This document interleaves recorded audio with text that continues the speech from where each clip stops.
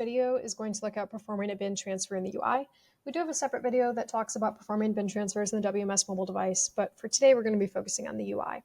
So to get there, I'm going to go to Transactions, Inventory, and Bin Transfer. Now keep in mind, right, depending on your role and the permissions you have, this navigation pane may look slightly different. You can always get to this classic navigation pane and set that for your role. That's a personal preference.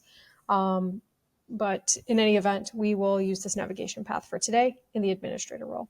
So I'm going to select bin transfer. When I do that, it's going to bring me to the bin transfer form. Now, the first thing I'm going to do is select the warehouse where I'm transferring this inventory. That's my Chicago warehouse. I can enter a memo if I want. I can also change the date, although it's going to default to today's date, and then I can start to type in my item. So I can use the double chevron to search for items. Otherwise, I can start to type it in, and NetSuite's going to bring up anything related to what I've typed in.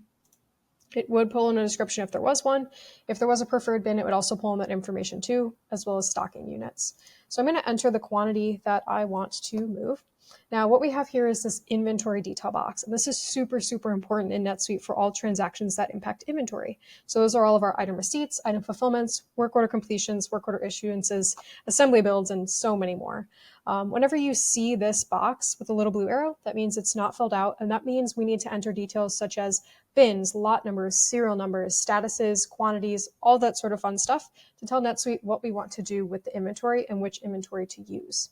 So I'm going to go ahead and click on that little box. And this is where I can start to fill out what inventory I'm using. So the first thing I'm going to do is select my lot number from the drop-down list. It's going to give a list of bins, right? Maybe there's more than one bin where this lot number is located. And it will give me a list of 2 bins. So these are the bins in my location where I can move that inventory to. So I'm going to move it to 1A, 1B.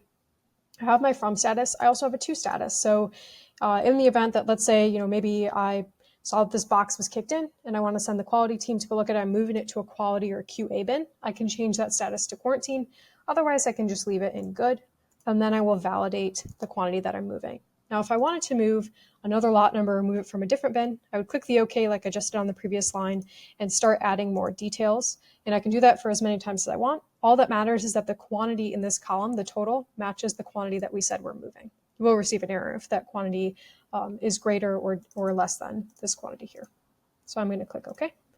I'm going to click Add on this line, and then I'm going to click Save, which is going to save my bin transfer record.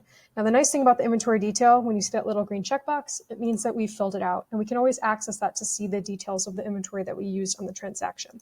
I can also always search this bin transfer number in the global search if I wanted to find the record of this transfer.